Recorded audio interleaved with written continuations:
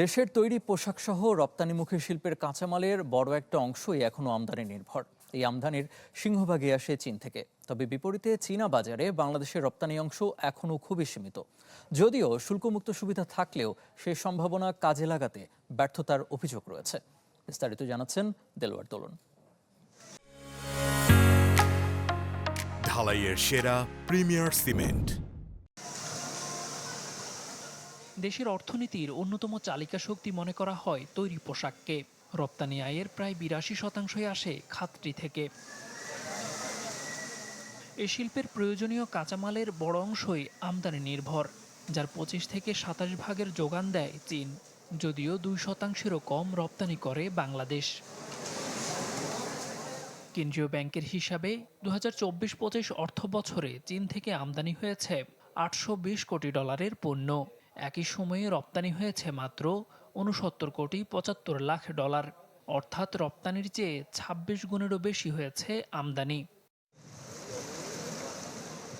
চীনের বাজারে বাংলাদেশি পণ্য প্রবেশে রয়েছে শতভাগ শুল্কমুক্ত সুবিধা।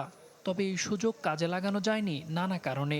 অন্য দেশকে ডিউটি ফ্রি করার জন্য আমরা লবিং করতেছি, বিভিন্ন সময় তাদের দিয়ে রিকোয়েস্ট করতেছি যে আমাদের আপনার ডিউটি ফ্রি করেন, আর ওনারা ডিউটি ফ্রি দিয়ে বসে আছেন, আমরা যাচ্ছি না। এই চীন দেশে একটা বিরাট বড় একটা মার্কেট আছে এবং আমাদের এখান থেকে আমাদের বাংলাদেশি পণ্য যেহেতু আমাদেরকে তারা ডিউটি ফ্রি দিয়েছে, এই পণ্যগুলো নিয়ে আমাদের ঝাঁপায় পড়া উচিত ছিল। চলতি অর্থ বছর দেশটিতে $৭৪ কোটি ২৫ লাখ পণ্য রপ্তানি করেছে বাংলাদেশ, যা মোট রপ্তানি আয়ের মাত্র ১.৭০%। এই পরিমাণ অবশ্য গেল অর্থ বছরের চেয়ে প্রায় ১৬% বেশি।